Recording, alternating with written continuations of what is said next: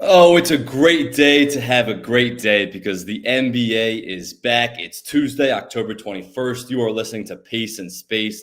I'm Sam Oshtry alongside my good friend Sean Barnard.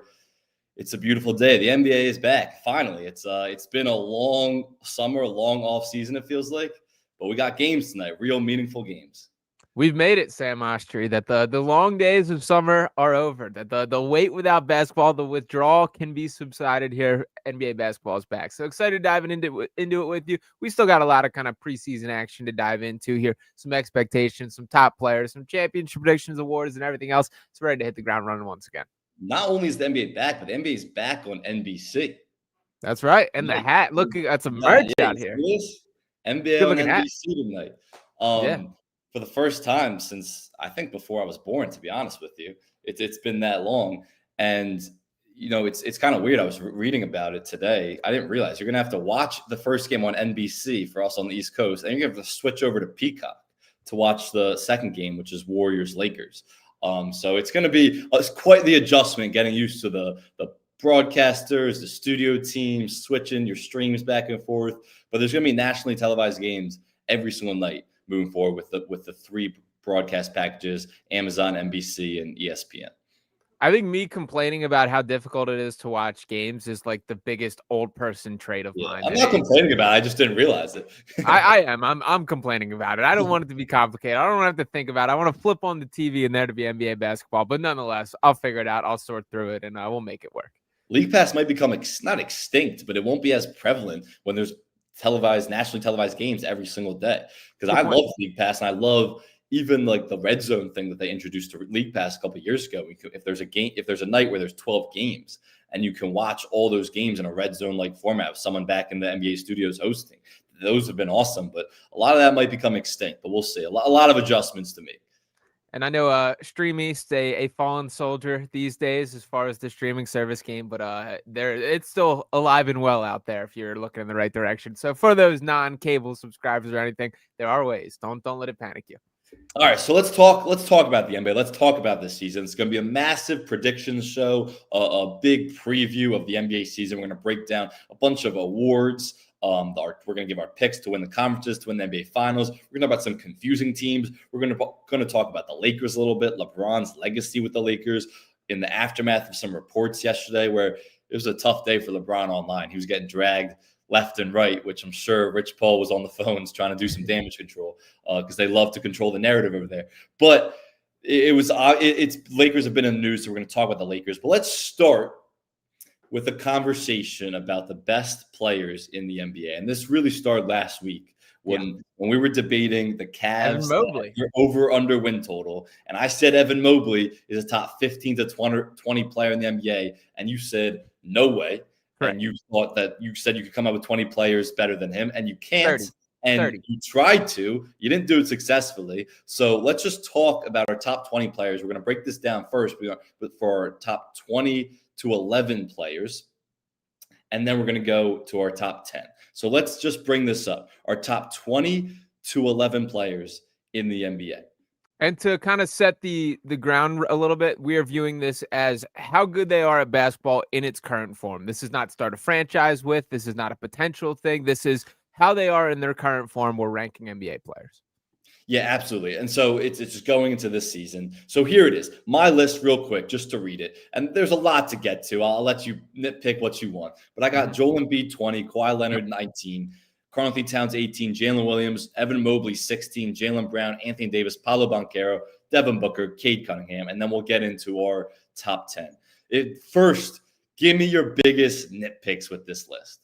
Karl-Anthony Towns is the number one thing that jumped out to me here. I don't think he's a top 20 NBA player. I think he's a really flawed basketball player. He's a talented basketball player. There's no doubt about it. He's not far off this list, but he's not a guy that cracked my top 20, and I feel pretty strongly about that. I think he's closer to that like 30 to 25 type range. Still a good player. I don't think he belongs, and I think there's quite a few guys who would have thrown ahead of him. Yeah, I mean, he's probably the best shooting big in the league. And so that creates a whole nother advantage for him and the Knicks. He's also one of the better second options in the league, I think, alongside Jalen Brunson. When you rank the best second options in the league, like guys like Jalen Williams, Jimmy Butler's in that conversation now. I think Karl-Anthony Towns is right there. He also has gotten so much better and more mature as a decision maker. Like his turnovers have gone down the last couple of years, and that started in his last couple of years with the Wolves, where he wasn't just having these boneheaded turnovers. His fouling has gone way down, where he was earlier in his career, playoffs and big regular season games, he was constantly in foul trouble because of just boneheaded fouls, whether it was 50 feet from the basket or just making obvious attempts at fouling where they were just unnecessary when trying to get post position, a bunch of different things that Karl-Anthony Towns was a really stupid fouler, and that affected his playing time because he couldn't be on the floor in key moments. He's matured in that regard tremendously. So fouling, turnovers, we know what he is as an offensive talent. As an offensive talent, he might be a top 10 to 15 guy in the league. There are defensive concerns with him guarding being a five-man defensively, guarding the pick and roll. But as a pure offensive talent, he has been good enough to be a top 20 player. Yeah, I can't get past. He did not mature in these categories. He's still a foul issue. He still has turnover issues. Sam, just out of the blue right here, what is the fewest fouls he registered in a playoff game across this season? Take your guess there. Last season, you mean, with the Knicks? Yes. The fewest, like 3 or 4. If you're asking, it's probably 4. It is 3. He had a couple with 3. He fouled out once. He had 1, 2, 3, 4, 5, 6 games with 5 fouls there. It's still an issue. But it never felt like in those Knicks games it was different because it never felt like he was off the floor for key moments because of foul trouble. So if you're picking up using your 5-6 fouls throughout the entire game, I don't have a problem with it. If you're fouling, you have 3 or 4 fouls in the first half and you have to sit long stretches of the second half because of that, that's a different story. So yeah, he played in a lot of physical series. The Pistons-Knicks series was one of the more physical playoff series we saw last year. So I didn't have a problem with all of that with his fouls as much as I did the last few years before last. You're right about timing. I also think the context of fouls is even more important. That not all fouls are created equal, and I think Karl-Anthony Towns, more so than like any other player in the NBA, is guilty of like the foul guys in the perimeter on a stupid foul and things like that. I don't view it that he's matured in these areas. I think these have been issues throughout the entirety of his career, and I still think they exist with Cat. Yeah, it's hard to ignore how good he is offensively. Like hard to ignore how bad he is defensively. But there's a reason he's still a net positive player because he's that great offensively, where it doesn't even matter for stretches is his defensive performance. And he's way better when he's paired with a 5, which he will be this year alongside Mitchell Robinson. So if that's your biggest gripe, I don't really have a problem. I thought it was going to be Evan Mobley. I thought we were going to talk about Evan Mobley. Yeah, Mobley, certainly we can dig into that next. My last point on Cat is when I talk about him as a flawed basketball player, it's for that same reason that you just mentioned. Maybe he is better with a 5, but what wing can you actually talk yourself into him guarding? What are the schematics of a defense you can make this guy a positive that I don't really see on that side of the ball, especially when he's paired with a guy like Jalen Brunson, who already has his defensive shortcomings there. So Cat is an incredibly talented basketball player. I just have a really hard time figuring out how to fit him in the context of winning. And I think that is a huge reason why the New York Knicks I still do not view as legitimate contenders. Yeah, I disagree because you saw him guard Tobias Harris for stretches, who was their 4. That's a 4, though. That's a wing you're talking about. Those guys are the ones who are playing wings. When Karl-Anthony Towns is paired with a Mitchell Robinson at the 5, he has to guard guys like Tobias Harris who play those stretch 4 positions. That was what happened with the Timberwolves when he was on the best defense in the league as a starting 4 alongside Rudy Gobert, who's the best rim protector in the league at the time. And he was guarding on the perimeter a ton, and he's capable of that. It's really when he has to guard other centers and when he's put in pick and roll actions a lot with centers and guards where that's where he struggles. As a wing defender, I think he's been pretty solid. And I don't think his defensive impact is that like negative as you're making it out to be. The numbers aren't great, but they're also not awful where it's like you can't win with this guy. I'm way past that. Maybe 3 or 4 years ago I would have said that with Karl-Anthony Towns. I'm way past that with Cat. I think you can absolutely win with this guy. Yeah, I mean, we'll see how it shakes out. This is a big year for him as well. Let's dig into Evan Mobley here. So this is sort of what sparked this entire debate. I think I have 30 NBA players that are better than Evan Mobley, including all that are on my list right now. Make the case why he's absolutely the 16th best player in basketball. All right. First off, he was a All-NBA player last year. Yep. That's the 15 best players in the league. Evan Mobley qualified. Sure. He was the defensive player of the year last year. Are we completely – you just went on this whole soliloquy about Karl-Anthony Towns. Yeah. The reason why you don't like him is because of his defense. So you can't just discount that end. Evan Mobley, based on the qualifications for defensive player of the year, was the best defensive player in the league according to the voters last year. That Yeah. is significant. And then you look at the offensive jump that he took. And I was here with you going into last season with Evan Mobley, where I was skeptical. So many scouts and executives were so high on this guy about his potential. And I was like, we haven't really seen it. The three-point shot has never been there. Pairing him with Jared Allen is kind of clunky spacing for that Cavs team with Donovan Mitchell and Darius Garland trying to get downhill.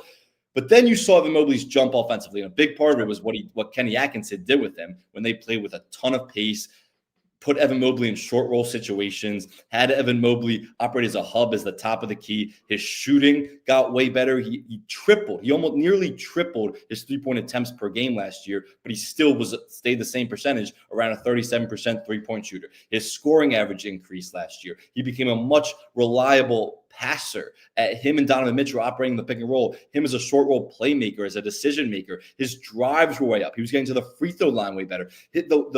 How much he grew offensively last year, well, I don't even care about the defensive stuff right now because I'm talking about his offensive development. It was so vast last year. And you look at the advanced analytics, BPM, VORP, win shares, PER. He was top 15 in every single statistic, every advanced analytic that teams use to measure a player's impact. He was a top 15 player. This guy has continued to make strides and continue to develop. And now he's only 24 years old. Like, he's still really young, and you have to let guys develop. So, yeah, 2 years ago, he wasn't this type of player. Last year made a huge jump, and I think going into this year, he's going to continue to make a jump, where we might see by the end of the year, he's a top 12 player in the league. So I'll put it this way. Last year's the first time I saw the Evan Mobley vision to an extent. That I've been a Mobley skeptic since when he came into the league and really have not quite seen it.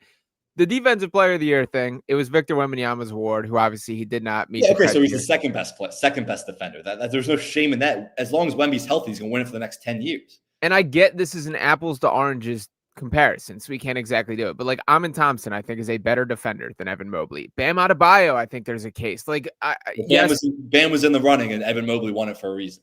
You're right, and I have to acknowledge that. And I also was very impressed with him in the postseason. That I think there are issues with this Cavs team as far as construction, but Mobley I do view as a keeper. That I think, if anything, Jared Allen is absolutely the guy that they need to move on in the same way that I think Donovan Mitchell's the guy and Darius Garland might not be there. But nonetheless, to bring it back to Mobley directly, I did want to bring up this comparison. I know I already texted you this. Can you tell me a single area on the basketball floor that Evan Mobley is absolutely better than Chet Holmgren? I think he's a better driver right now. I think Evan Mobley, you saw him as a driver. He really excelled. I think he's a way better short roll playmaker than Chet Holmgren. I don't think Chet can become that, but I don't think Chet's at that level. His strength, of course, is kind of just his post presence, and they don't really get too many post touches, either of them. But I think Evan Mobley's a better post player. Like you saw last year, the reason why the Cavs spacing worked with Jared Allen and Evan Mobley last year is because they were running so much pick and roll with Donovan Mitchell and Darius Garland at the top. Evan Mobley would get it in the short roll. They had Jared Allen in the dunker spot, and Evan Mobley was such a great decision maker in the short roll, either dumping it off to Jared Allen, the dunker, finding shooters, driving himself. They ran more pick and pop last year because Evan Mobley's 3-point numbers were way up last year. And then they actually trusted him. And he trusted himself as a shooter. So, look, I think Chet could develop into a better player. But last year, which is what we have to go off going into this season, Chet's not the player that Evan Mobley is. And Chet is a better shooter. That's the only thing I would really give him. He's a better three-point shooter than Evan Mobley. I think defense is very neck and neck. And obviously Chet has availability issues. So we have to acknowledge that. That's part of the conversation as a whole. Let me throw out a couple names. These are guys that did not make my list, but I do think are better basketball players than Evan Mobley. I want to hear if you have issues. Zion Williamson, I think is a tough one, but I think he's better than Evan Mobley. I will put Zion in the Kawhi Joel Embiid camp, which we can discuss why they're even on my list, but sure. I'll put him in the Kawhi Joel Embiid camp. But sure, yeah, theoretically he is if he plays. Franz Wagner. Nope, no chance. Really? Okay. No chance. Wow. Jamal Murray. No. Really? No chance. Jamal Murray's never been an all-star for a reason. Because he's been hurt. I think that's part of that's health for sure, but part of it is because his game is because he plays off of Jokic. He's a great player, don't get me wrong, great shot maker. He's so great because he's playing off of Jokic, who's the best player in the league. Jimmy Butler. No, the current version of Jimmy Butler, no. I don't know, man. He's still got it in him. There will be a Jimmy Butler heater this postseason. Trae Young. Trae just missed my list. So Trae Young and James Harden just missed my list. I thought Trae had a great year last year. I kind of was upset I didn't put him on it. But no, I don't think he's better than Evan Mobley right now. I'd rather take Evan Mobley going into this season. Interesting. Pascal Siakam. No. I think probably not to Pascal. Şengün, I think, is interesting. Şengün could develop into that. He just doesn't have, number one, he's not the defender Evan Mobley is. Like, we have to talk about how great Evan Mobley is as a rim protector. And to your point earlier about Amen Thompson, where he's a better defender, sure, yeah, probably. I mean, Lou Dort is probably a better defender, but the reason why Evan Mobley won Defensive Player of the Year and why bigs consistently win Defensive Player of the Year is because the league values defensive bigs more than they do defensive wings or guards or ball stoppers like that. Those guys are just more valuable. So that's part of the Evan Mobley equation. Yeah, that's fair. All right, 2 more, and then we'll shift off the Evan Mobley conversation. De'Aaron Fox, man. People have forgotten how good De'Aaron Fox is. We'll see. It's going to be interesting pairing with him and Wemby and Stephon Castle and Harper. Look, De'Aaron Fox is below the James Hardens and the Trae Youngs. De'Aaron Fox isn't even a top 30 player to me. Wow, interesting. Are we sure Evan Mobley is better than Tyrese Maxey? Because I'm not. Yeah, I look, Tyrese Maxey could have a great year and jump him and become a top 20 player in the league. But yeah, right now, Evan Mobley is a better player. And like you saw how great he was last year, his impact on both ends of the floor. Like I said, top 20, top 15 in every single advanced metric that evaluates a player's impact on the court. He was an all NBA guy for a reason. Yeah, Evan Mobley's better right now. Okay, I'll give that to you. One more I wanted to dig in before I ask any of your takeaways from my 11 through 20 here. Kevin Durant not on your 11 through 20. So that I assume that means he cracked the top 10? Yeah, he's 10. I'm kind of surprised how low you have him, honestly. Well, why'd you put him at like how is Jaylen Brown better than Kevin Durant? Even Devin Booker at this point. I think both those guys, and the Booker one's interesting because obviously they just spent the time in Phoenix together. Durant's such a fascinating guy, and it is going to be forever in the conversations of where does his legacy lie? How does he stack up? His efficiency is incredible. His shot making is incredible. He's probably the best pure shooter in the NBA history there.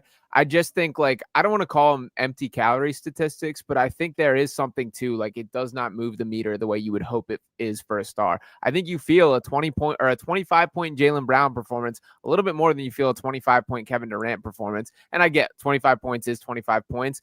This isn't something that I'm super dug in on, that he's all the way down at 14. But I do think this version of Kevin Durant, as he currently exists, is probably not quite in my top 10 there. I kind of landed on. I mean, I thought Kevin Durant and Devin Booker, they were teammates last 2 years, and I thought Kevin Durant was the better player.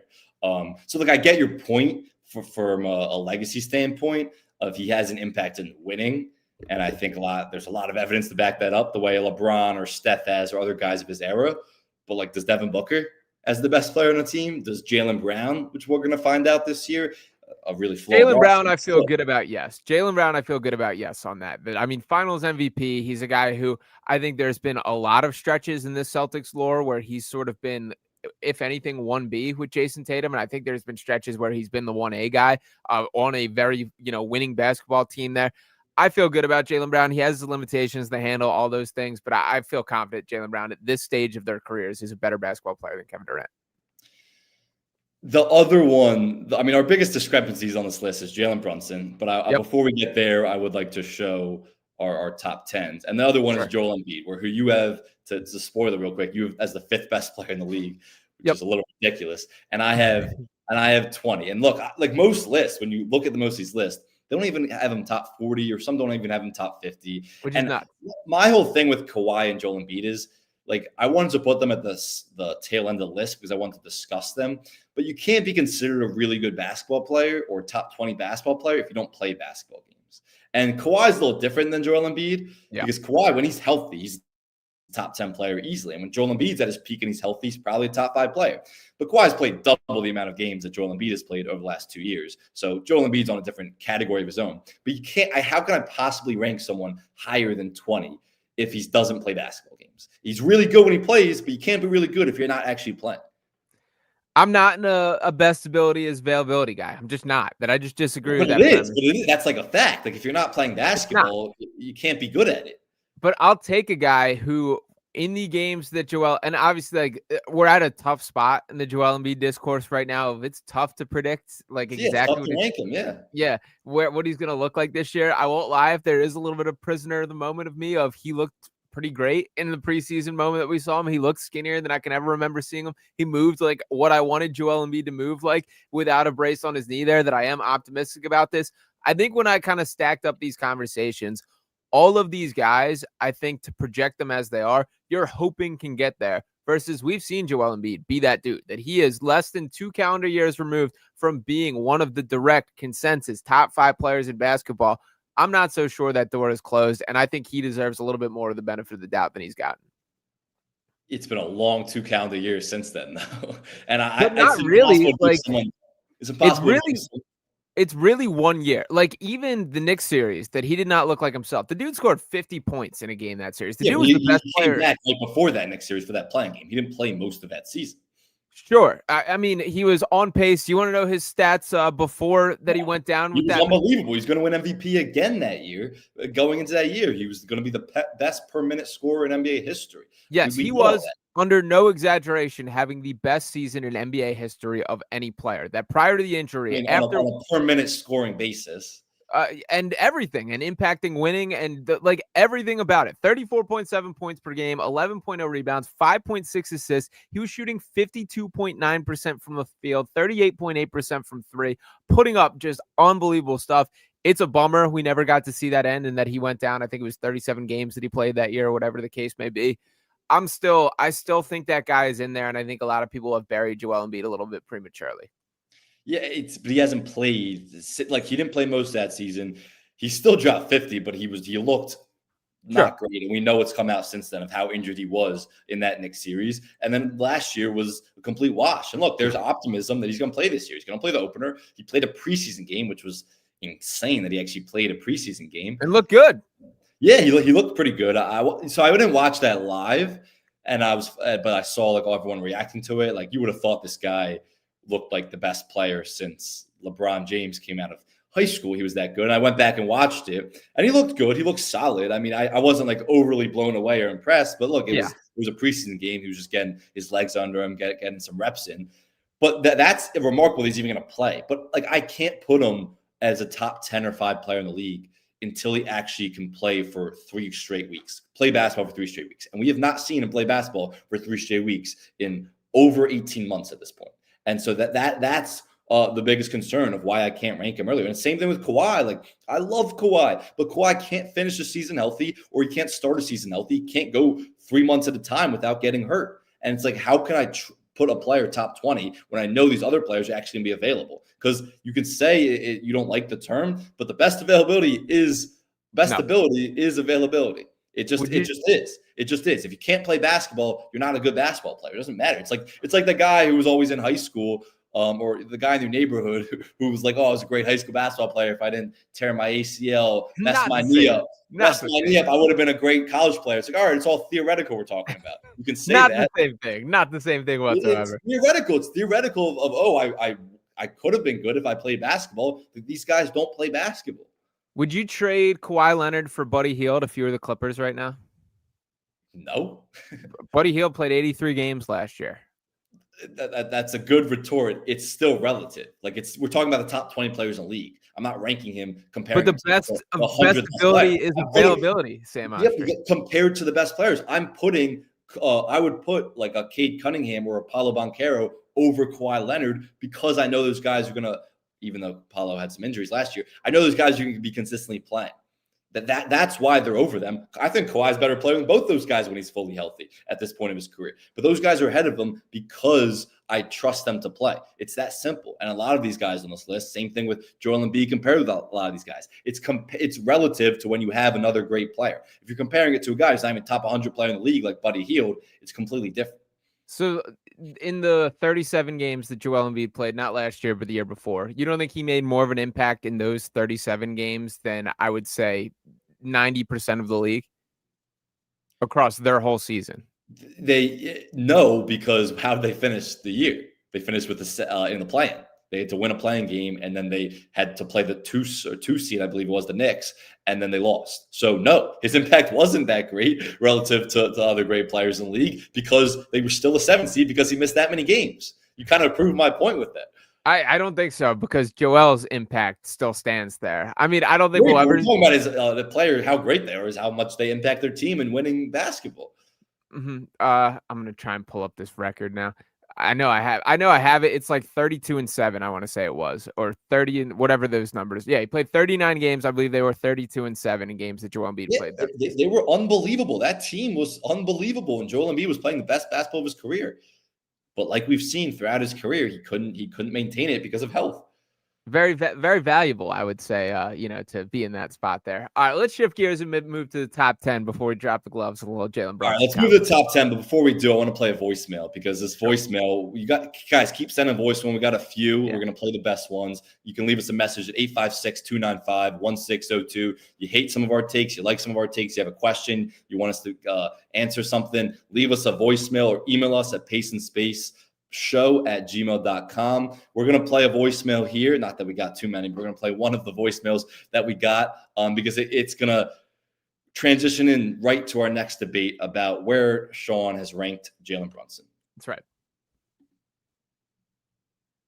Pace and Space Pod, how you doing? This is Jaron, avid listener calling down from Florida. Earlier on your guys' last episode, I know you guys were discussing point guards, and I was curious for Mr. Barnard's take on top point guard in the East. If it's not Jalen Brunson, who is it?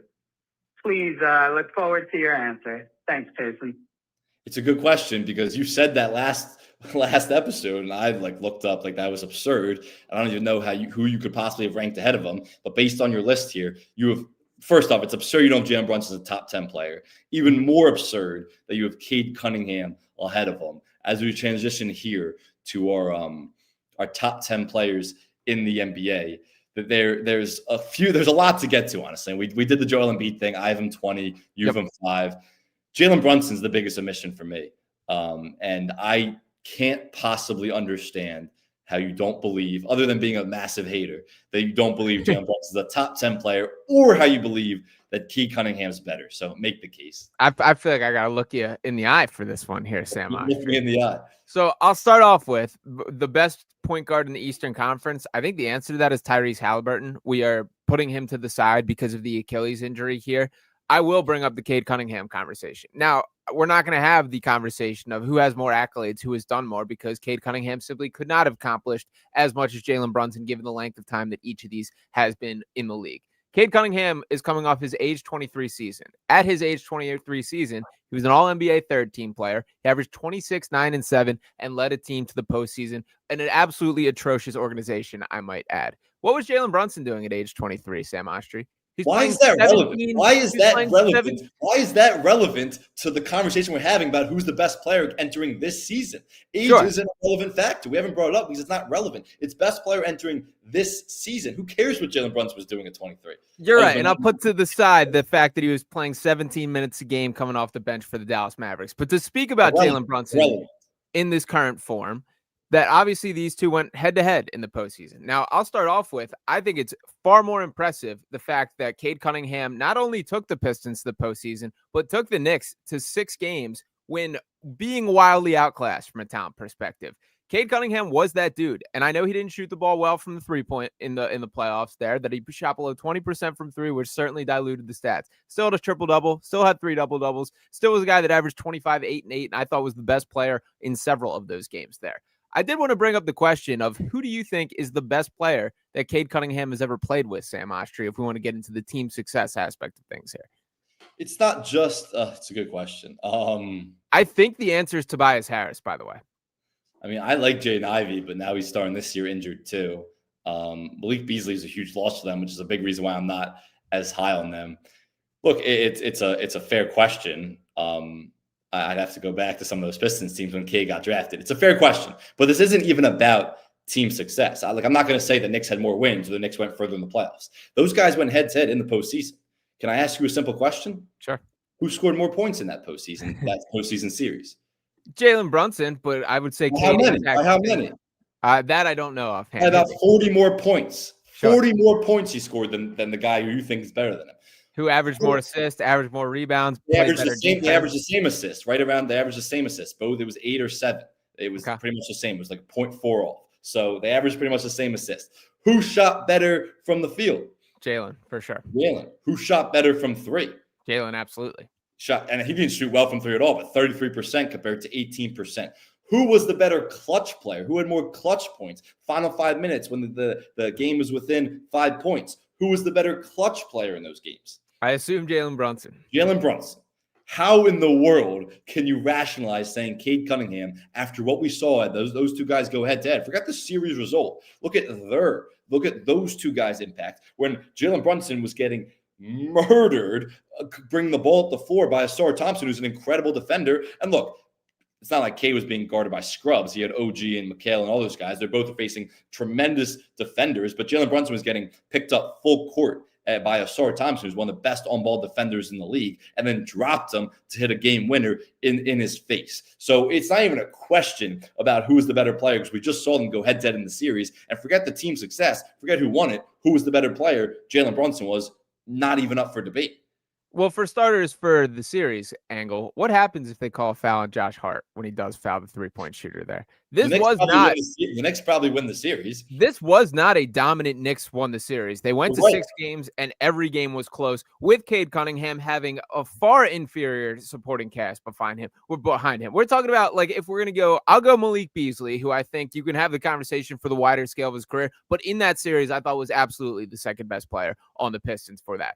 Where does Malik Beasley rank on the Knicks roster? He's not better than Mikal Bridges. He's not better than OG Anunoby. He's not better than Karl-Anthony Towns. Is he definitely better than Josh Hart? Is he definitely better than Mitchell Robinson? I'm not so sure about that either. So if we're talking about one guy. What we're talking about is the Pistons-Knicks comparison as a team. I'm talking about Cade Cunningham leading his team into a battle that he has no business being competitive in and absolutely delivering. You brought up something really important earlier when you said all these games were really close, and they were. All these games came down to the final few minutes, which is why they were all in clutch games. And that probably says more about the Knicks and how good they really were. Maybe they weren't as good as we thought they were, and there was a lot of reasons for that. But this isn't about the teams. This is about Jalen Brunson versus Cade Cunningham. Those games came down to the wire consistently, almost every single one of them. Do you know why the Knicks were able to win 4 out of 6 of them? All these games that came down? Because you know what they did? The Knicks did. They gave Jalen Brunson the ball and let him cook and just essentially clear it out and let him do his thing.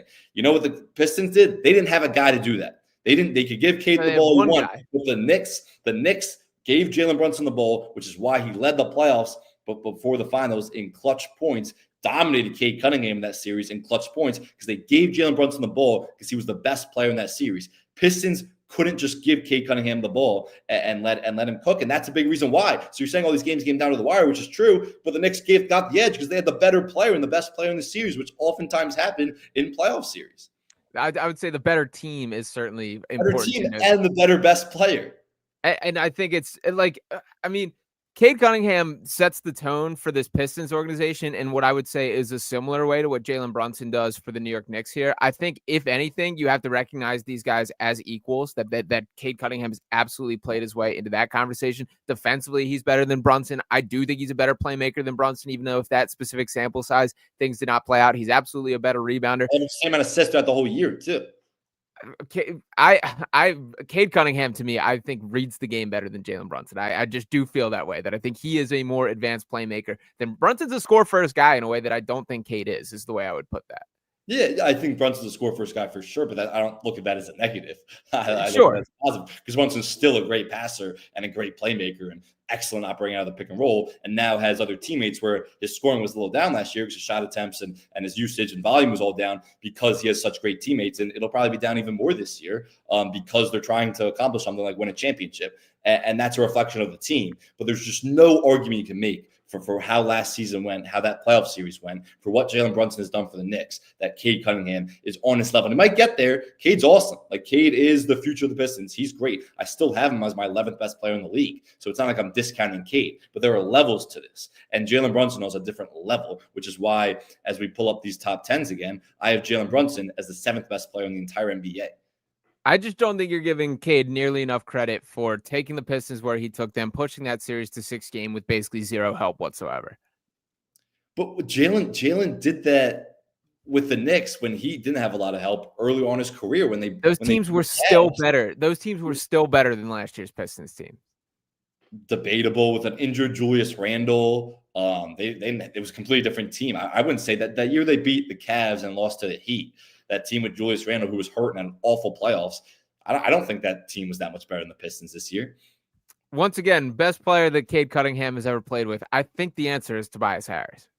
Yeah, it's a fair argument, but there's nothing. Or it's not a fair argument. It's fair for how great of a player Cade is and how impressive last year was, but that has nothing to do with his comparison to Jalen Brunson, who's just outplayed him when they went head to head in a playoff series. I mean, his team won in 6 games, which was a battle. And by the way, cleared the over on, games of that series, which we had a nice little friendly wager on, Sam Oshtry, I might add. So shout out. That's 1 point for Sean there. Let's bring it back to our top 10 list. And I like these comments popping in. Shout out to Philip P getting involved, to Sixers fan 229. Appreciate you for hanging with us again. No LeBron James in your top 20, Sam Oshtry. Explain yourself. Yeah. So look, I mean, just to break down our top 5 and 10 real quick. We have the same exact top 4. I got Giannis over Luka. We both have Wemby, 6th best guy. You have Edwards a little lower than I would have thought. I have Jalen Brunson higher. We both have Donovan Mitchell around the same. I got KD higher. I don't have LeBron as a top 20 player in the NBA. Wow. And part of it is what we discussed earlier, where you have to be playing and the health factor entering this season. LeBron's not going to be playing for the first month or so of the year. I don't see LeBron playing more than 40 to 45 games this year. So how am I going to rank him as a top 20 player if I think that's his plan and the Lakers' plan? And he needs 50 games to pass Robert Parrish and become the NBA all-time leader in NBA games played. I don't think he's going to reach that mark this year. And I think he'll probably come back for another year, but I don't see that happening. I think he's playing around 40, 50 games. So part of it is the health factor, where I don't anticipate him playing a ton of games. And so why am I going to put him as a top 20 player if I don't see that? And we saw it last year. He ended last year. You can say it was an MCL sprain in the playoffs, whatever the injuries were. He couldn't play both ends for long stretches last season. He just couldn't for the end of last season. He really tampered off, and you saw the decline. It became evident. Let me give you a stat. LeBron James had a negative net rating for the first time since his first stint with the Cavaliers. So before 2010, he had the first time he had a negative net rating since back then.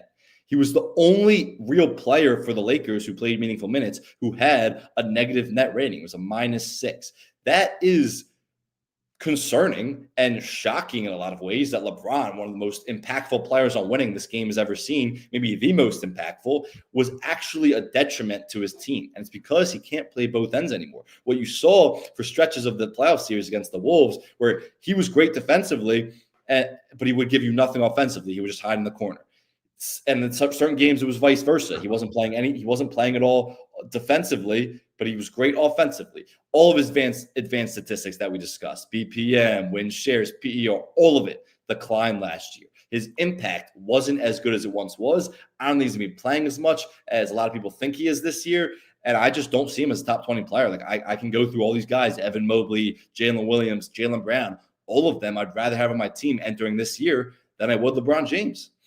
I'm not here to argue that what we saw from LeBron James last year was the best season of his career or anywhere close to it. But I do think the floor for him is far higher than you're giving it credit. Like, even among all those things that you brought up, the dude averaged 24.4 points, 7.8 rebounds, 8.2 assists, shot 50.3% from the floor and 37.6% from three. You're right. The defensive effort was not there as consistently as possible. But he played 70 games last year still. And you know the fewest games that this dude has ever played in a season, Sam Oshtry? If you had to guess, what would that number be? It's like 56. 45. So 45. Not far off there. This also will be the first time in his entire career that he will not be available for the season opener. You know what was happening in the world the last time that LeBron James did not play on opening night in the NBA? There were no USB flash drives. The Chappelle Show had not debuted. Facebook had not been launched yet, and Kelly Clarkson had just won American Idol. So this dude has been doing this for a long time. I get it. He is not the clear, like top 5 player in the NBA the way that has been historically the case for him here. I still think you're All underselling. that's great, though. Look, I don't care about the last 22 seasons. Just because his name is LeBron James and everything he's accomplished and his impact on basketball doesn't mean he's gifted into the top 20 entering the 2025-26 season. I don't care about the last 22 seasons. It's about who would you rather have on your team entering this year. And because of the climb we saw last year, and I get the raw numbers are still there. The three-point shooting was a little down, but the raw numbers were still there last year. But you saw his impact on winning based on all those advanced statistics, based on a negative net rating for the first time since his first stint with Cleveland. His impact on winning was not what it once was. And that's, to me, is evident of his decline. And that's why he's not a top 20 player to me. It doesn't matter what he did the first 22 years of his career. It's almost like the dude's on the north side of 40 or something. But he's 41. That's what I know. We're talking about 41, or he's about to be 41. We're talking about 41-year-old LeBron James. That's who we're talking about for this list. It's not about his career. If he's if he's the second best player, first best player of all time, that's a different conversation. The context that I think that you are not quite giving enough credence to is they traded for Luka Doncic mid-year, man. You went from a team built around having Anthony Davis as a foundation of your entire defense to a team with Luka Doncic, who, even as you and I both view him as top 4 players in the NBA and a guy that's going to carry the crown for quite a bit of time in the post-LeBron James era, that is not a guy who's ever going to be regarded for being a defensive stalwart there. So there was a lot of roster changes that I think happened mid-season that I think these direct advanced analytics play directly are tied to. Yeah, but it actually helped their record because they were in the play-in when they traded for Luka, and then they finished the year as the 3 seed. So they actually had a lot of success in the back half of the year after the Luka trade. It just wasn't, you're right, it wasn't a good enough roster, no center, no depth, a lot of issues that weren't LeBron or Luka's fault. But yeah.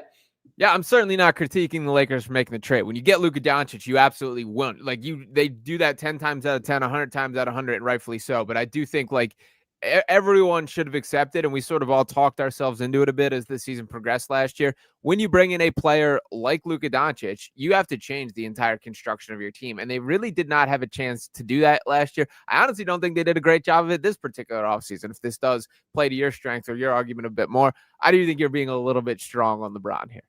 It's not like a LeBron hate thing. It's the reality of his name doesn't grant him insertion into the top 10 or even top 20 because he's not my top 20. I don't care what his name is. It's about the player he's entering this season, and he's not going to play for the first month of the year. And I don't think he's going to play more than 40 or 45 games.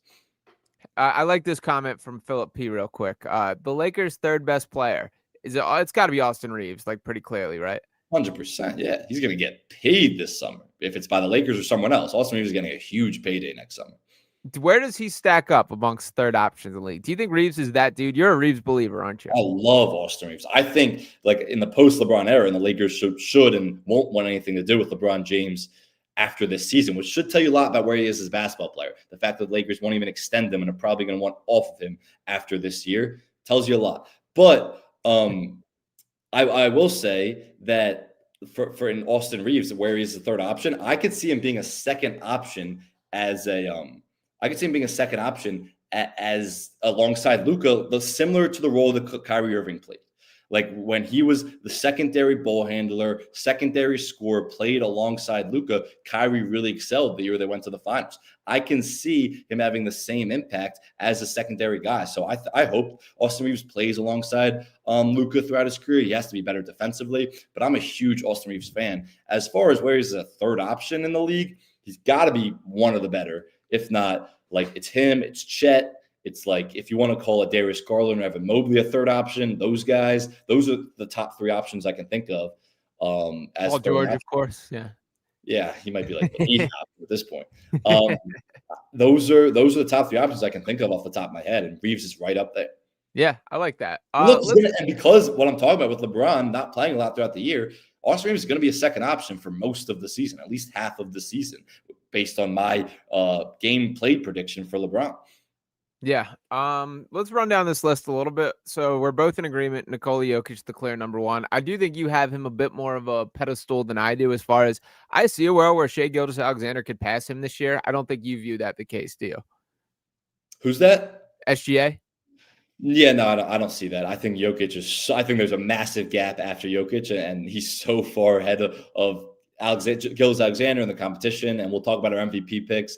But Jokic is just on a different planet. Now he's the best team that he's playing alongside of. And Shai's great. I mean, he's smack dab in the middle of his prime. Yeah.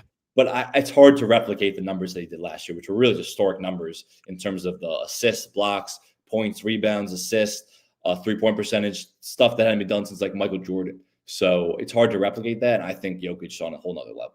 Yeah, I do think SGA deserves more credit than he gets for being like a legitimate, very high level defender there. And I still think he's a guy who's about all the right things that probably has not hit his peak individually. So I'm optimistic about SGA, but I mean, it's a high bar that we're striving for.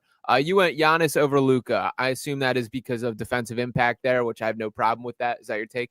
Yeah, pretty much. And I just think Giannis, like we forgot because he hasn't won a lot of playoff series recently and hasn't made any playoff runs. But I think if he just has a good team around him, he's still on a whole nother level. And it's not that far off. Like I think Luka could be a better player this year, but those two guys are neck and neck. Yeah, I flip-flopped on that one as well, so I don't have a hard, strong issue. We kind of had the Joel Embiid conversation, but you threw Anthony Edwards all the way at 5. So I did feel strongly. I thought Wemby deserved to be above him. Sell me on Ant there.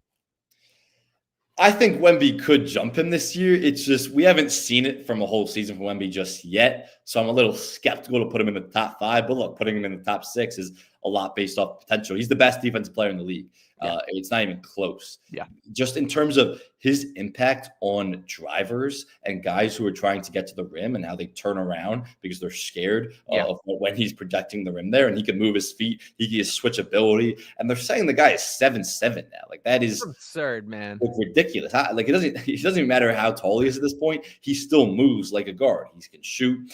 His playmaking is on a different level this year. He got stronger. You see guys bump off him throughout the preseason in a way that you hadn't really seen the years past. So I'm selling Wemby right now, but Anthony Edwards has continued to accelerate his game or flourish every single year. He added his 3-point shot to his game last year. He went from shooting 6 threes per game the year before to 10 last year. And those percentages went up. He led the entire NBA in made threes last year. He is just on a whole nother level and has continued to elevate his game every year. And he's a two-way player. And now what he said this offseason, what he's working on is mid-range game. And his mid-range game and fadeaways and getting to midi spots is really was the next evolution of his game that he worked on. And there's a lot of people who say they work on things throughout the summer and those never show up because they probably didn't as much as they said they were. Anthony Edwards is a guy I trust. I know who's working on his game at a whole different level than everyone else. So when he says he was working on something and added something to his game, I believe it. And I think you're going to see a whole nother level from Anthony Edwards' mid-range game, and that's just going to continue to make him unstoppable. So he's one of the best players in the league for me. I think because he plays in Minnesota and the Timberwolves often get overlooked, even though they've made back-to-back Western Conference Finals, he gets overlooked. But Anthony Edwards is still a top 5 player. Yeah, I don't have a major issue with it. Ant's the real deal there. He is a two-way player, as you mentioned. He does strap up defensively, and he does have a level of, like, when he's all the way engaged defensively, he can eat you up in a way that very few guys can there. And he has improved every year. I think, like, the decision to make the Karl Anthony Towns trade in the way that they did was we're handing the entire keys to this franchise to Anthony Edwards and seeing where he can take us. And they really have not missed a beat to this point. I do think that there is something about like the foundation of what Victor Wembanyama can bring to the table that a guard just simply can't. And your point about like the dribble retreats there, I need a stat for that because you see it constantly of guys getting ready to drive and attack the rim, and then they see Wembanyama and it is completely dribble all the way out the other side there, which it is absurd the amount of intimidation that he drives against legitimate high-level NBA players there. I need to find some way to quantify that. But yeah, I'm not going to get too deep into that one there.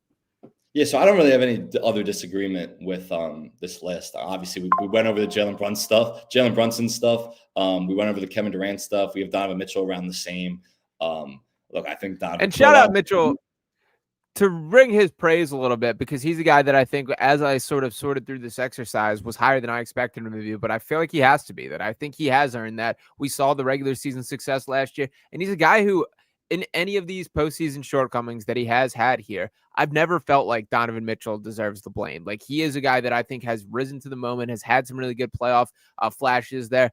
I just would like him to like have a puncher's chance at actually going deep. And I don't think it's been his fault to this point. I do think he's that level of talent. I do think he's got some of the like dog in him that comes out in the right moments there. Shout out to Donovan Mitchell, I would say. Yeah. So anything else on these top players list? I mean, I think we addressed all the guys we wanted to address: the LeBron, the Evan Mobley, the Jalen Brunson, the Anthony Edwards stuff. We both have Curry around the same. He's still that type of player as a top 7-8 guy in the league. So let's keep it moving here. And my bad, we were both playing around with it.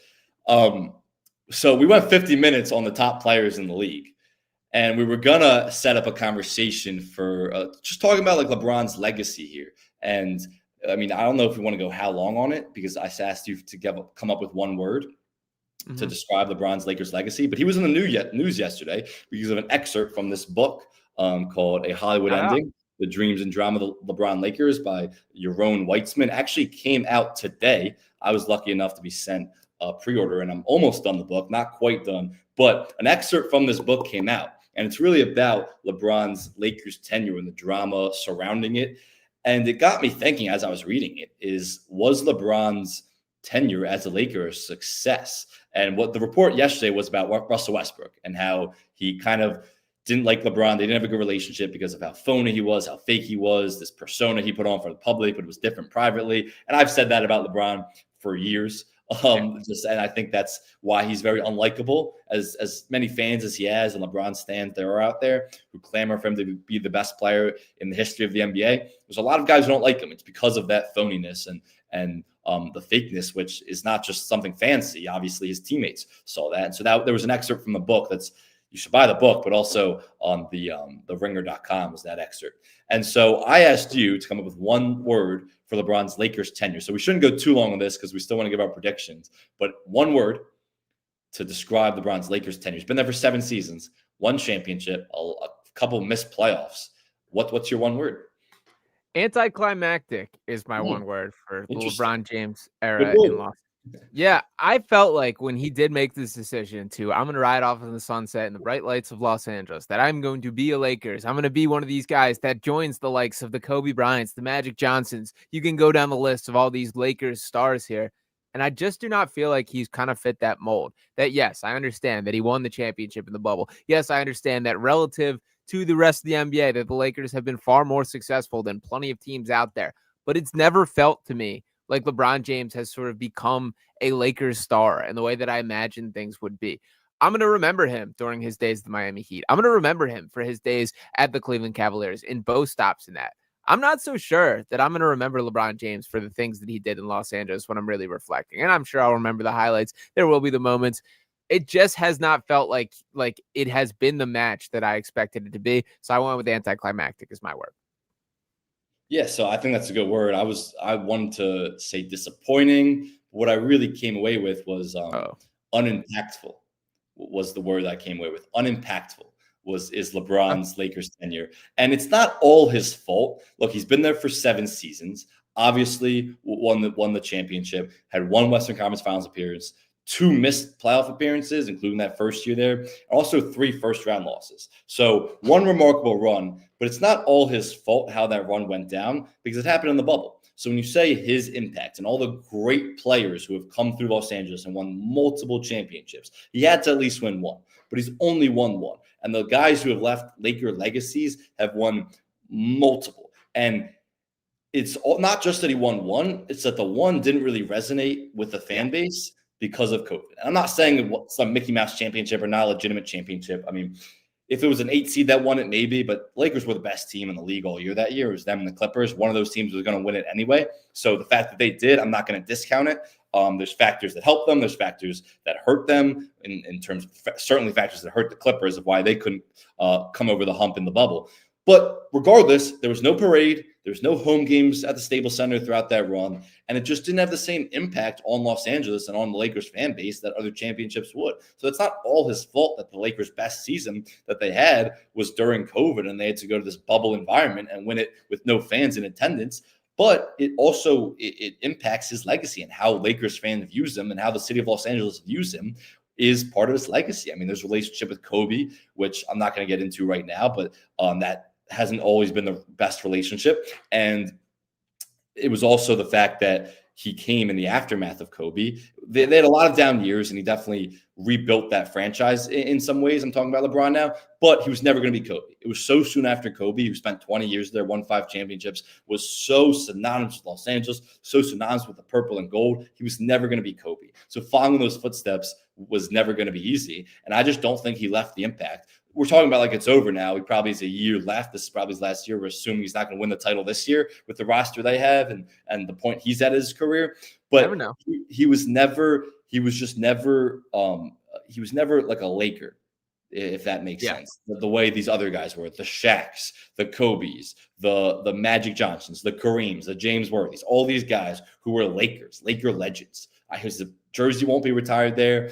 There's a lot of he's always done this throughout his career, so it wasn't unique with Los Angeles. But in terms of finagling with the front office and trying to put pressure on them in terms of roster decisions, which I know that front office and ownership wasn't always happy about, that works in other franchises, maybe in Cleveland.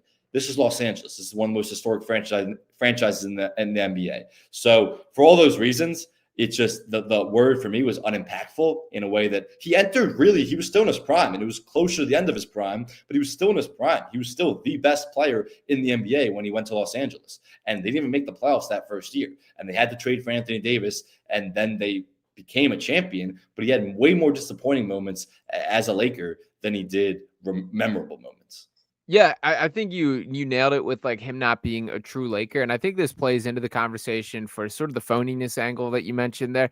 LeBron's bigger than honestly the NBA to an extent. When you talk about the media mark that he brings or the public figure that he is and how many hands that he has involved in different business ventures and all these sort of interests, it's felt like the guys that have resonated have been the Magic Johnson, have been the Kobe Bryants, that have been the Kareems, the guys that are, I'm like dying and bleeding purple and gold right here. And that's just never going to be what you're getting with LeBron. It sort of felt like that when we first got it with him in Cleveland, but then we saw how that went. And obviously the decision and all the feelings that came with that. He's a guy who's interested in his own brand, and I think has accomplished that at a rate that you have to tip your hat and like give respect to. But at the same time, there's effects that come with that. And I think part of that is him not quite resonating with the fan base to the same level that you would expect a player of his caliber would. So I don't want to like hold LeBron's feet to the fire. At the end of the day, he still won a championship. He's still, in my view, one of the top 20 players in the NBA at this point in the game.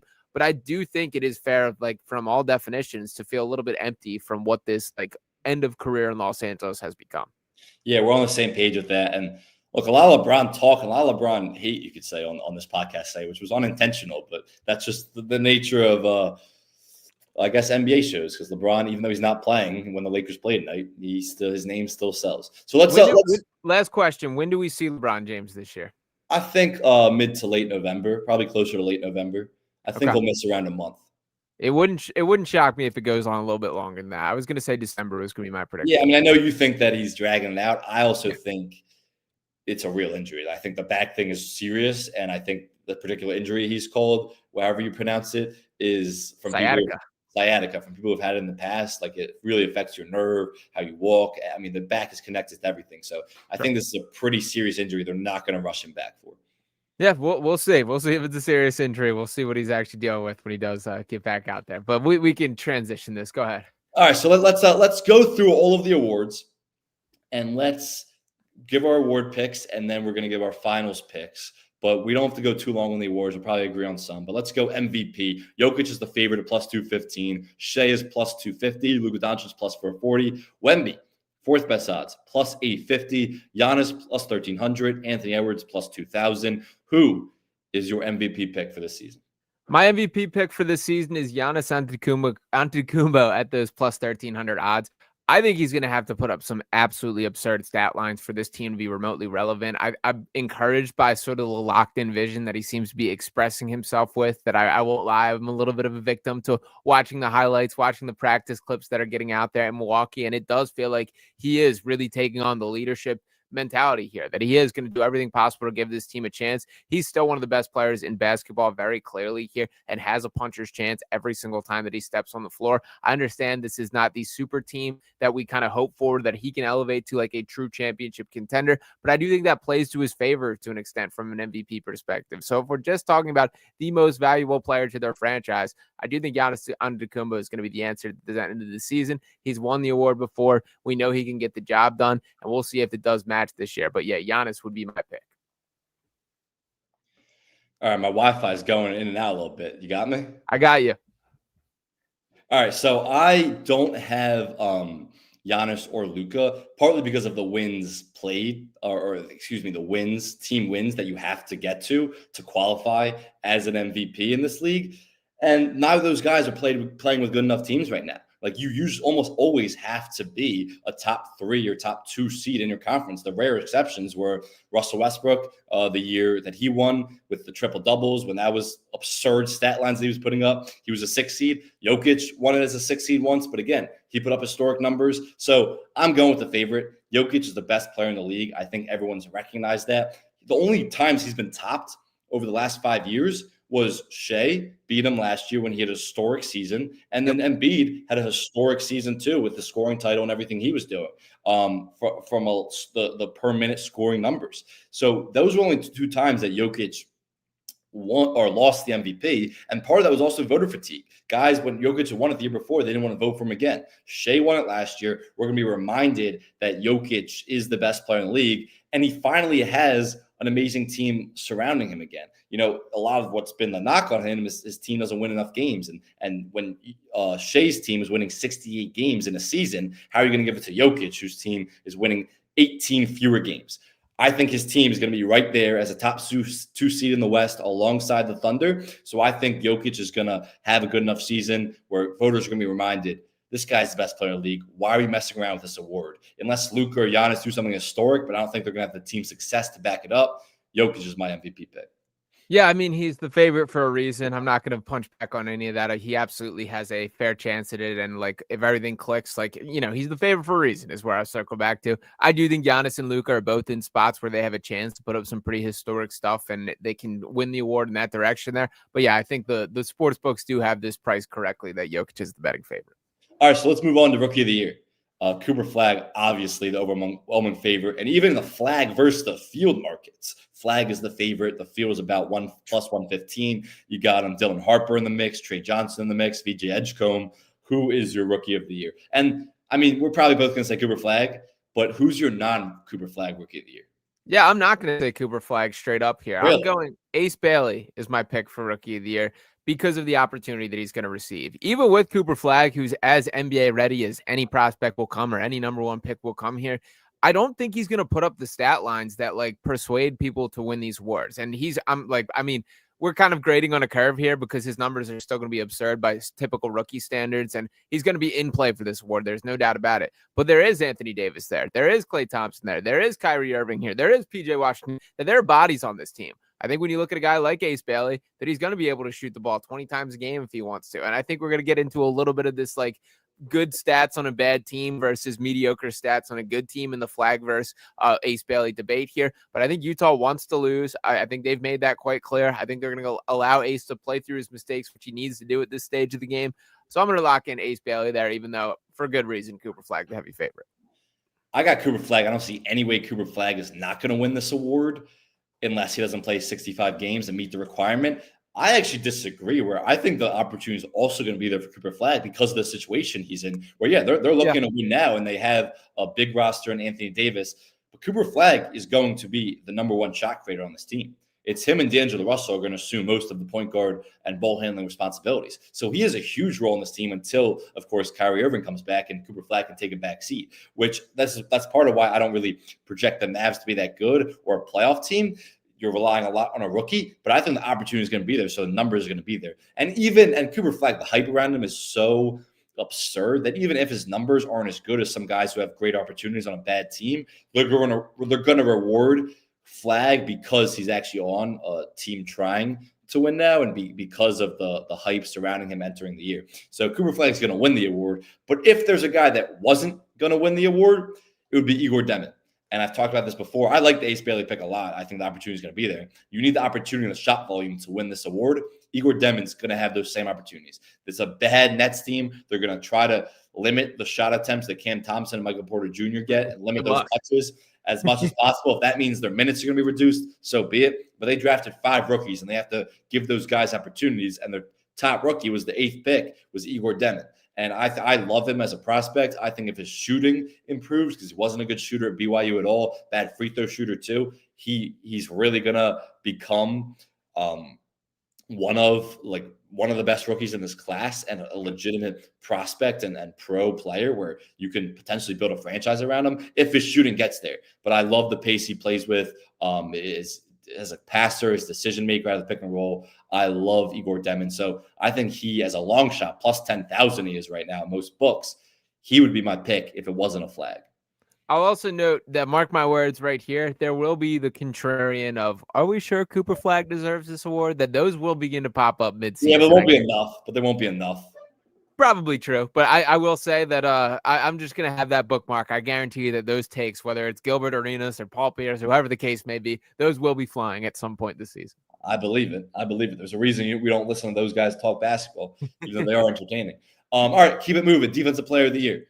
This one's even more obvious to me. It's Victor Wembanyama, man.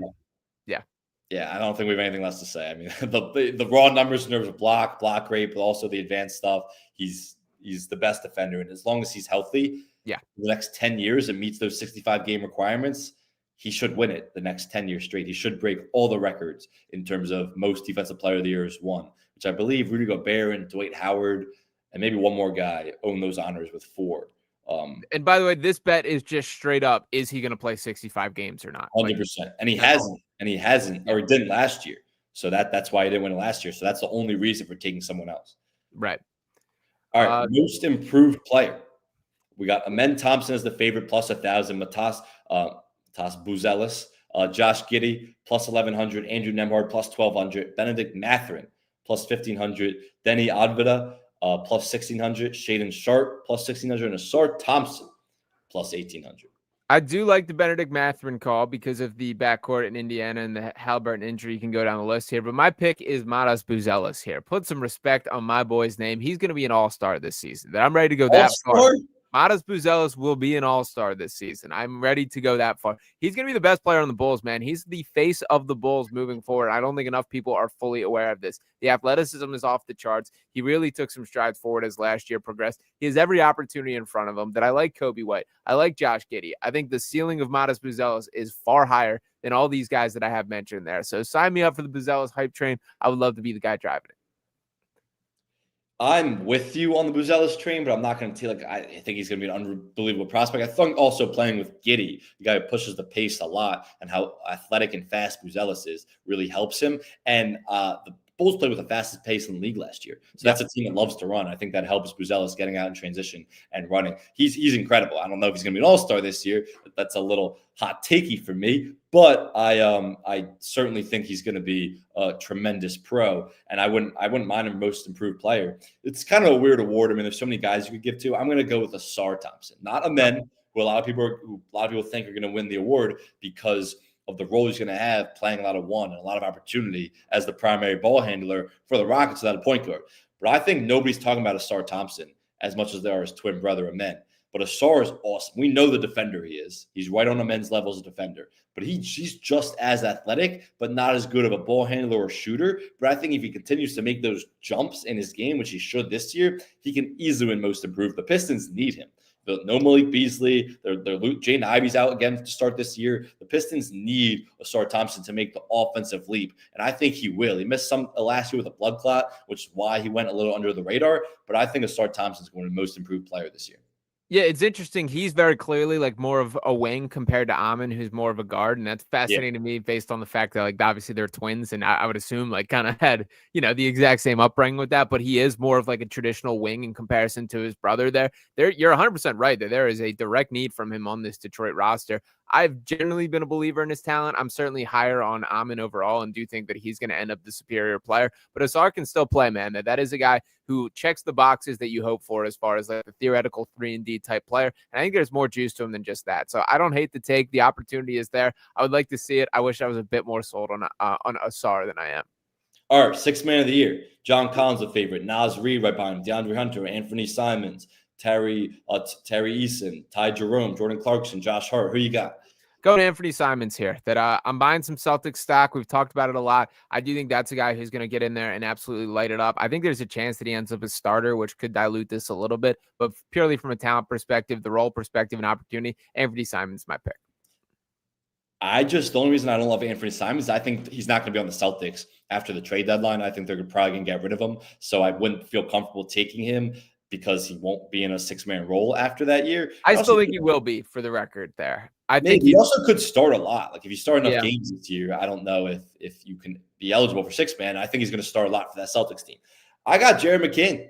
I think when Jared McCain comes back from injury, I think he's going 6-man of the year. And what we saw last year from him was when he was a high volume shooter and had a huge role as a ball handler on that team because of how injured they were. Paul George wasn't playing a lot. Tyrese Maxey was missing a lot of time to start the year, and he was still incredible. Imagine him playing off the ball more where he could thrive. I mean, he's a combo guard, but he can play off the ball. He's an excellent shooter, constantly relocating, really fast. Imagine him playing alongside other great players. And I don't think he's going to start. I think they're going to really like that Tyrese Maxey, VG Edgecombe, Quentin Grimes as in the 1-2-3 set. So I think he's going to come off the bench most of the year when he comes back from injury. And I think he's going to have a tremendous year if he stays healthy. So I like Jared McCain to win 6-man of the year. Yeah, I love the take there. What scared me away is just the lack of clarity on how this guard rotation is going to ultimately shake out there, that there are low-key a lot of mouths to feed in this. But I believe in McCain as a talent, man. I do think he's going to be a part of the cream that rises to the top here. The off-ball motion, the way that he can catch fire, everything about it like screamed legitimate to me last year. So we'll be rooting for McCain and do hope he's back on the floor in the near future.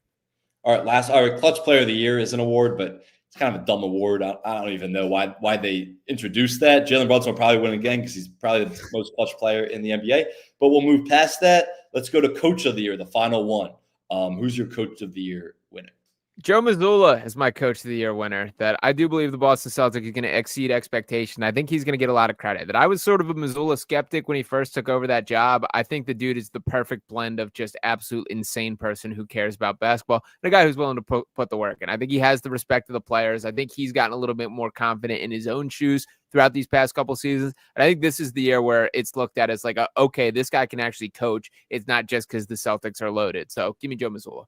I like it. I like Joe Mazzulla. I could definitely see that happening. I went with Quinn Snyder, another coach in the East, because I think the Hawks are going to be a top 4 seed, have a great year. I think Quinn Snyder is a great coach, and he finally has a great roster around Trey too. And because of that, I think he's going to win Coach of the Year. But I like the Mazzulla pick a lot. All right, to finish up today's show, let's get to our finals picks. We'll start with the West. Who is your team? Who's your Western Conference Finals? And then who is your team to come out of the West? The Houston Rockets over the Oklahoma City Thunder is my Western Conference battle. I'm believing in this Rockets team. I do think Durant's the missing piece there. That's what I'm rolling with. I don't see it. I think the point guard loss is too big. Like you look at the roster thrown out yesterday, that's an unbelievably big team. It's going to be hard to score on in the paint, hard to finish on. But that's not an offense that can win 4 straight series to me. When you have Steven Adams and Alperen Sengun, they're going to lead the league in offensive rebounding rate and grab a ton of offensive boards and second chances, and that's their offense essentially. And putting Kevin Durant is obviously going to help that, as opposed to a Jalen Green last year or a Dylan Brooks.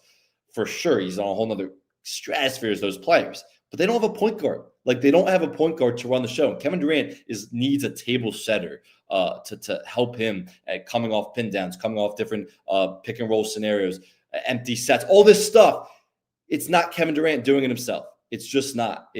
Kevin Durant hasn't been the guy when he was in Phoenix, when he was on the Nets, who did it himself. He needs a great point guard. And I don't see them having a good point guard. So I'm really skeptical about this Rockets team. Yeah, I just see them shying away from the Steven Adams Chingun combo and leaning in the Reed Shepherd direction. Who's playing the one? Reed Shepherd is. Reed Shepherd, absolutely. Here's the thing, though. He's not even starting. You don't have a little trust Ime Udoka has to have in this guy, where he's not going to start him. Like, I think Reed Shepherd's a tremendous player. You got to be able to play defense to play for Ime Udoka. And that's a big reason why he didn't play last year, was in the G League most of the year. And that's probably why Ime Udoka won't trust him to play more than 15 to 20 minutes a night to start the year. So I think Reed Shepherd's going to be a great player. This is his first NBA season, and we don't even know if the coach trusts him. So can he really play the one for that long of stretches? I also think last year, every guy has a bit of a different, ideal developmental track. I think for Shepherd, they looked at it as it's in his best interest to grow by having him play through his mistakes, playing the G League last year at a high level, because that was a team that was very good at the end of the day still. So I don't really hold that against him as too much of a blemish there. I believe in Shepherd as a talent. I know what my eyes showed me at Kentucky in his lone season there. I believe in this kid. I think he's going to be a huge part of this Rockets team that is going to get the job done. I'm still skeptical about the Rockets offense. And like, I get putting KD in the mix is obviously going to improve them from a league average offense, which is what they were last year, and a really bad clutch offense to a better offense. Of course, KD's going to have that impact. I'm still really skeptical. To me, I got the Nuggets over the Thunder. I got the Nuggets going to the NBA Finals. And the gap between the Nuggets and Thunder wasn't that big anyway last year. The Nuggets took that Thunder team to 7 games. And like, everyone talks about the Thunder being smooth sailing through the entire playoffs. They lost a bunch of games, and they had a lot of close games because a lot of the problems that people thought would show up did arise. Their defense was just that good. Their clutch offense wasn't great, and their three-point shooting wasn't great. I mean, they shot 33% throughout the entire playoffs last year. That's pretty rare for a team to win the NBA Finals shooting that poor from three. That was the 4th worst mark among all playoff teams. The Nuggets closed the gap with their offseason, where they got Cam Johnson, replaced Michael Porter Jr. With Cam Johnson, got Bruce Brown, Jonas Valanciunas, Tim Hardaway Jr. They still have the young guys, and Julian Strawther and Peyton Watson. This team, and Jamal Murray's healthy. And then the other thing is, this team fired their coach and GM in the middle of the season last year, because last year they entered the year, those two guys having a Cold War. And it was such a toxic organization because those two guys hated each other. And the owner that made the right move and cut ties with both of them and said, Coach, GM, you guys can't get along. You're both gone. It's a new culture. They trust David Edelman. It's his first year actually implementing his system. I really think that this Nuggets team is going to not just win the West, but win the entire finals. And I'm really high because the gap, like, did you think the gap between the Thunder and the rest of the West was that big last year? No, I wouldn't say that. I think they were clearly the best team. I wouldn't say it was like insurmountable. Like, I think teams are going to be competitive this year. So to answer your question, no. Yeah, that's how I looked at it. Like, the Nuggets closed the gap, and the Thunder, look, Shea's going to be better. He's in his prime. Jalen Williams, even though he's starting with this wrist injury, which is Chet's going to be better. Chet's going to be better. Chet's going to be a lot better. Like Case and Wallace, all these guys should theoretically get better because of how young they were. But that doesn't mean these same problems aren't going to arise.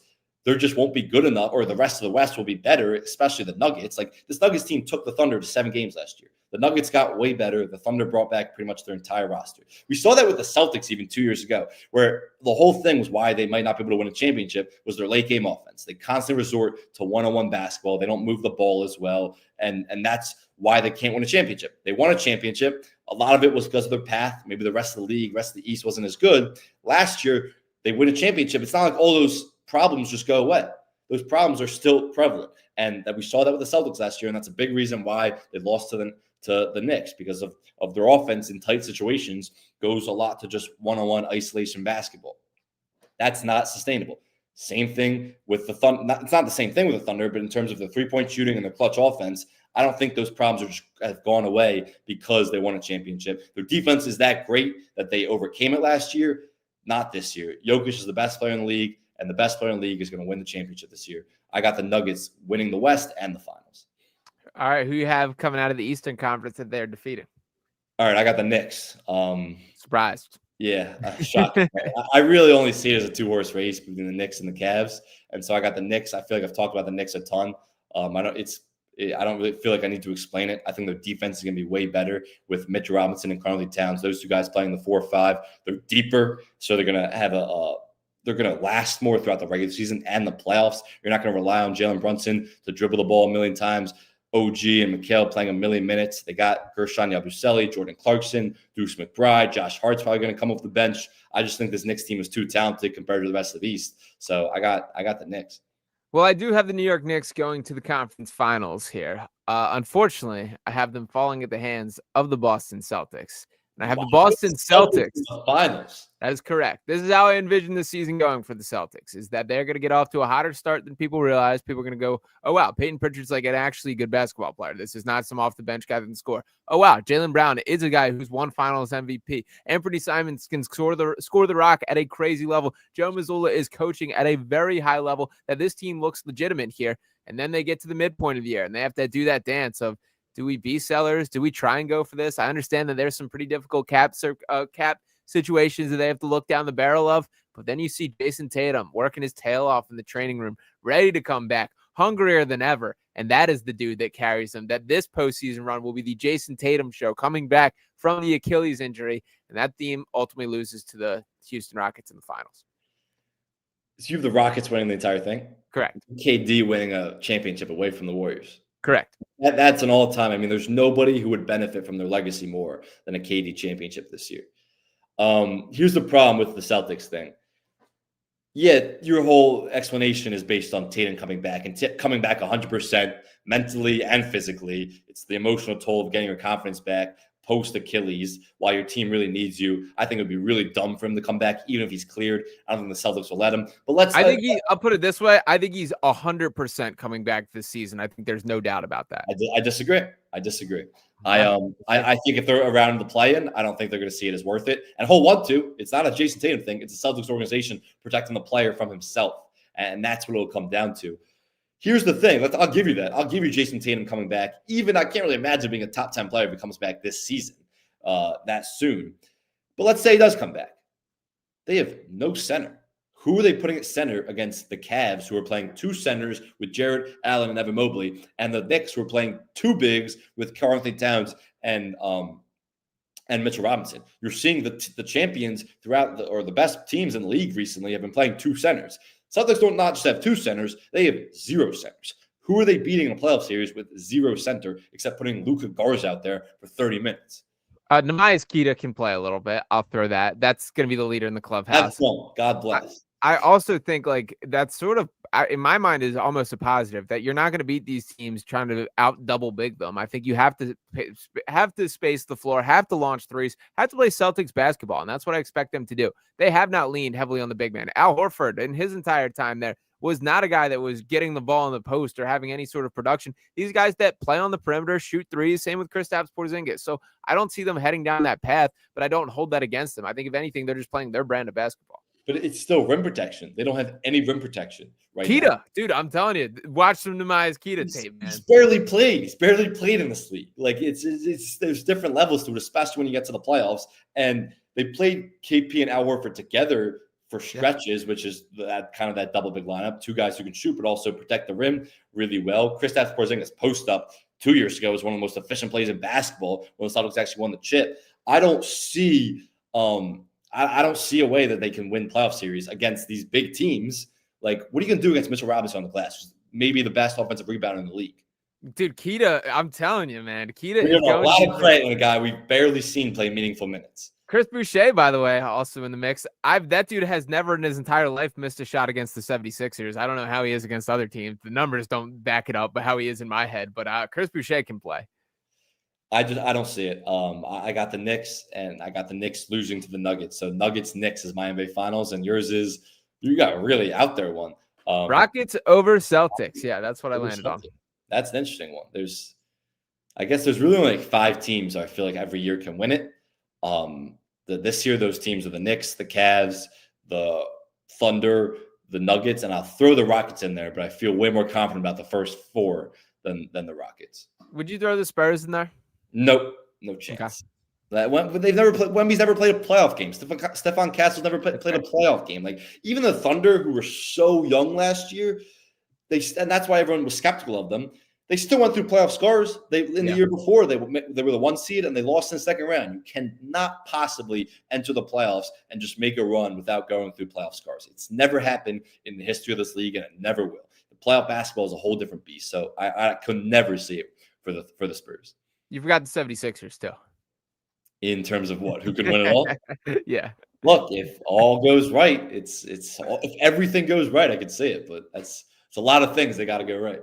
Yeah. Speaking of that, though, Sam and I will be live following the final tip of tomorrow's 76ers, opening up against the eventual Eastern Conference champion Boston Celtics there. Yes. So we'll be there to break things down on that right here on this channel and right here on socials as always. So, Sam, any final thoughts to wrap up this episode here? No, we'll go live. We don't know exactly what time tomorrow. Yeah. But right when those games are Knicks are at 7. I believe they're national TV, and also the Sixers are Celtics at 7:30. So we'll go live probably around like 10 or so. breaking down the games tonight because we got Warriors, Lakers tonight and Rockets, Thunder tonight. So we'll break down those games tonight. And we'll break down the Sixers game, break down other games from tomorrow. And B, finally going to watch them play basketball in a real game again, which should be exciting and should be a fun Sixers team. Or more fun Sixers team to watch. So again, leave us a voicemail, 856-295-1602. Email us, paceandspaceshow@gmail.com. We will be back on Wednesday, which will also become a Thursday pod, and we'll be back throughout the NBA season. It's a great time to be alive because the NBA is back. It is, and we're going to be all over things from start to finish this season, so make sure you get involved, follow and subscribing wherever you are listening at. That's going to do it for me and Sam for this episode of the Pace and Space podcast here. Appreciate each one of you guys for tuning in. We'll be back talking with you guys tomorrow night. Peace.